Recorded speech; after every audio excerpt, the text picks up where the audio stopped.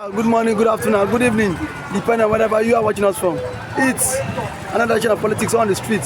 You can subscribe to our YouTube channel, like our videos, share, comment for more political discourse. Yesterday, the wife of the president, Remi Tinubu, as Donald said, no man born of woman, no man born of human can bring down my husband government.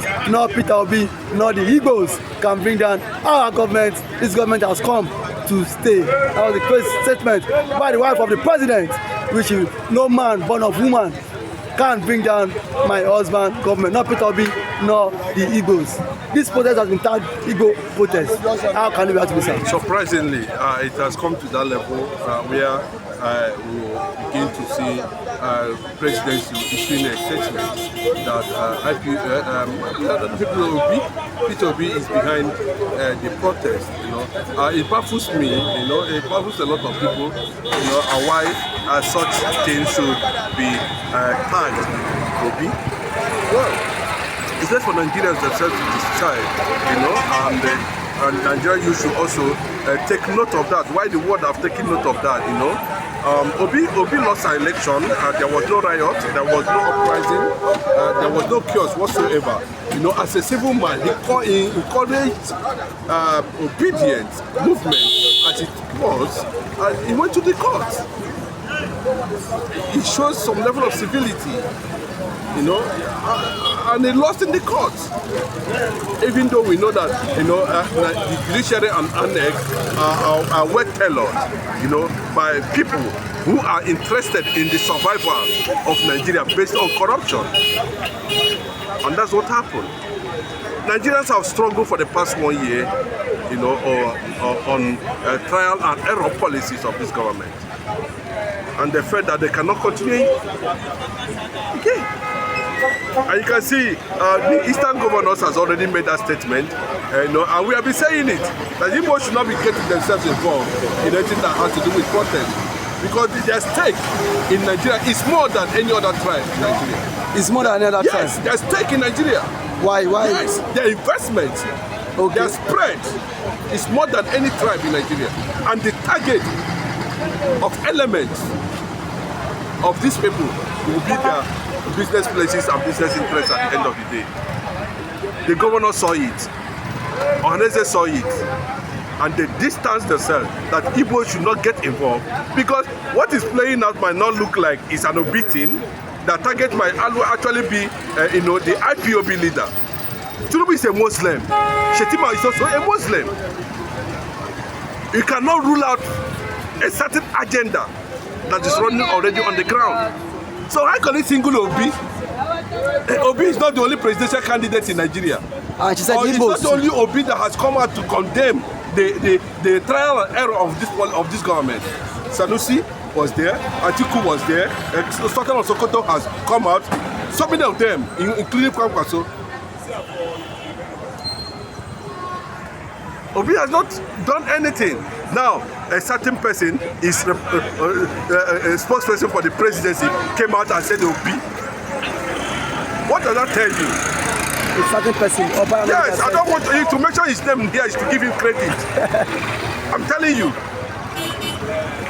And people are studying. And I think at an extent that Yoruba leaders should try and call Tinubu to shoulder to checkmate all these internet rats that call themselves, these old men, that all these punks.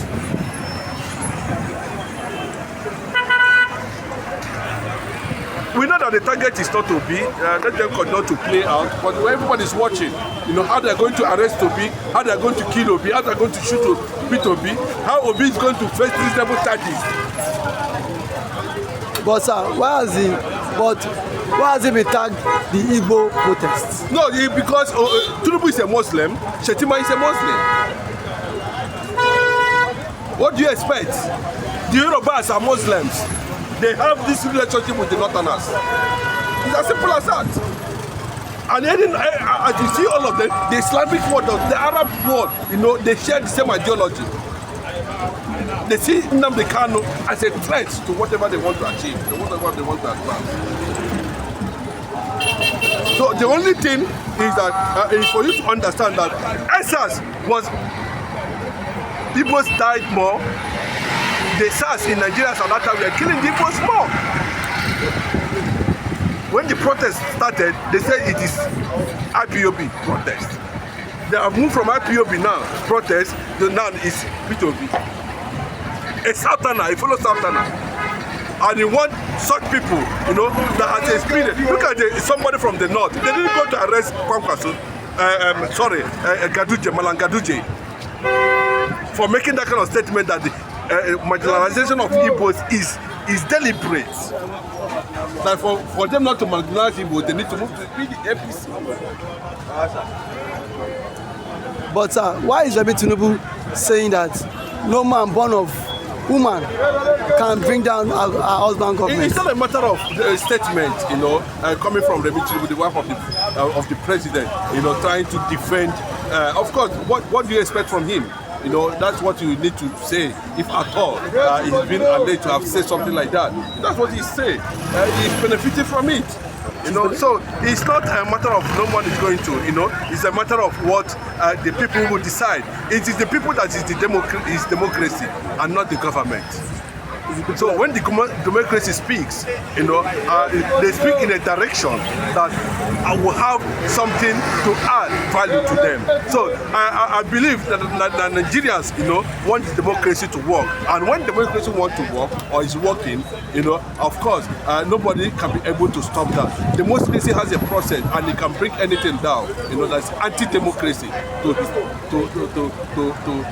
his existence. They can bring it down. Okay, sir. Point in time. Sir, lastly before I let you go, sir. If P2B is being arrested, what do you think is the hope and the fate of the obedient movement, sir? The obedient movement is in Yoruba land. Obedient movement is in Hausa land. Obedient movement is everywhere. You cannot single out a particular tribe and say they are obedient. No. Is it only Igbos that voted to Obi? Yorubas also voted. Northerners also voted. So I don't understand the meaning of that. You know, because an Igbo man is now being attached to the Labour Party. It becomes a threat. Atiku is there, PDP, nobody is mentioning it. People who shared the same views with Nigerians, who have come out to make similar statements, Nigerians are making today. Are you not reading something inside it? Are you not beginning to understand something inside it? But it's just a matter of understanding that at this point in time, the consequences of continuous threatening of Igbos will backfire. Of course, it will backfire. It has started. Nigeria will reap murder.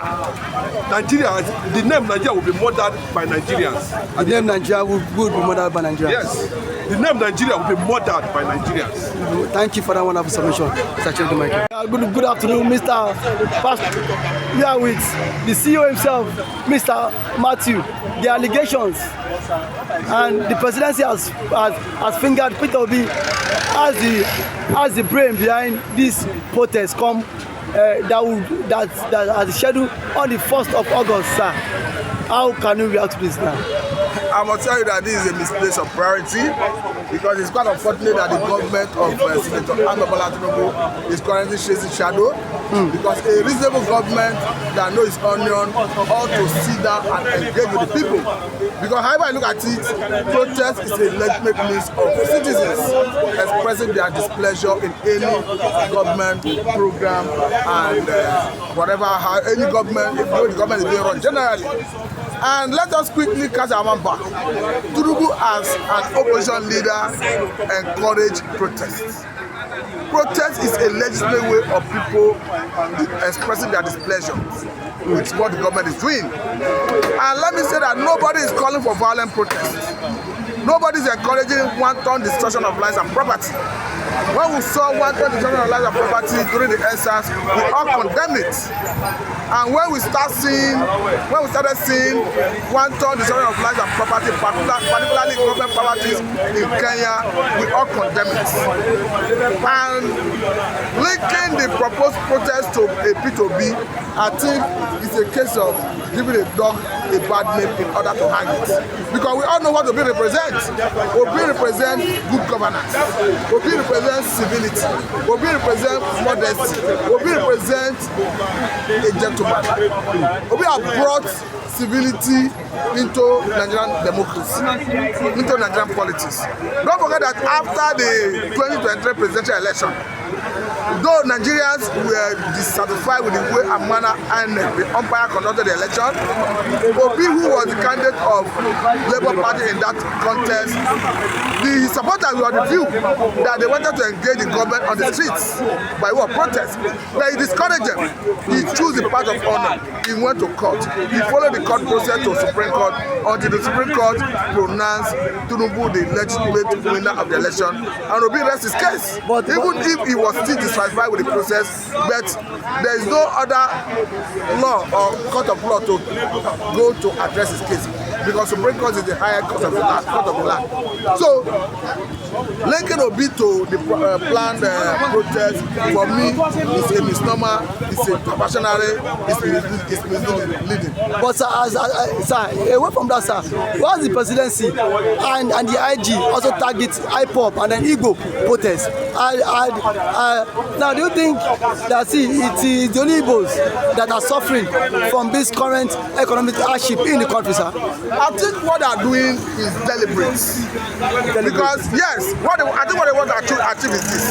They want a situation where, as they target Ipob, as they link Obi to it, they will count someone like Obi perhaps start speaking to maybe Obedient movement members who may be willing to join the protest, and that will deplete the rank of Nigerians who are willing to participate in the process. Don't forget that even if you are a member of Labour Party, you are a member of PDP, you are a member of NNPP, New Nigerian People's Party, you are a member of Obedient movement, as long as you are in Nigeria, you have that right to embark on peaceful protest.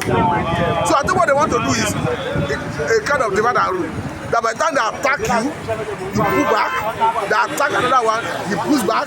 They use their lobbying to lobby some other people. In fact, I think it's trying to break the rank of Nigerians to discourage them from protest. Because I know within their heart, in their heart of hearts, they know that Obi is not responsible for galvanizing Nigerians to come out on the street. Nigerians across board are facing the rate of challenges. Is he insecurity? Is he food inflation? Hardship? You can go on and mention issues Nigerians are contending with. So for me, the government want to use this strategy to discourage protests. They know that Obi is not actually responsible. But sir, now, what do you think that the government can do to put an end to this protest, or do you think they should dialogue with the Gen Zs who are planning this protest? What they need to do is simple. Nigerians are suffering. Solve the issue of insecurity. Fight insecurity. Go to the places like Benue, Delta, Southern Kaduna, Plateau, all the farming communities where Fulani have chased farmers away. Go back there, chase them away, return farmers to their farmland. Let us start cultivating for our local consumption and solve the food problem of food insecurity. That is on one hand. Secondly, go back to the FS policy. For now, we are not right for that policy. Ensure that we start producing enough to start exporting to earn more foreign exchange. Because currently we are operating a mono economy. Then when we get to that stage, you can go back to unify FS and the official window. So if you address all these things, I think nobody will have the cause to say I'm backing up. I'm going on demonstration. Thank you so much for your wonderful submission, Pastor. Thank you for having me.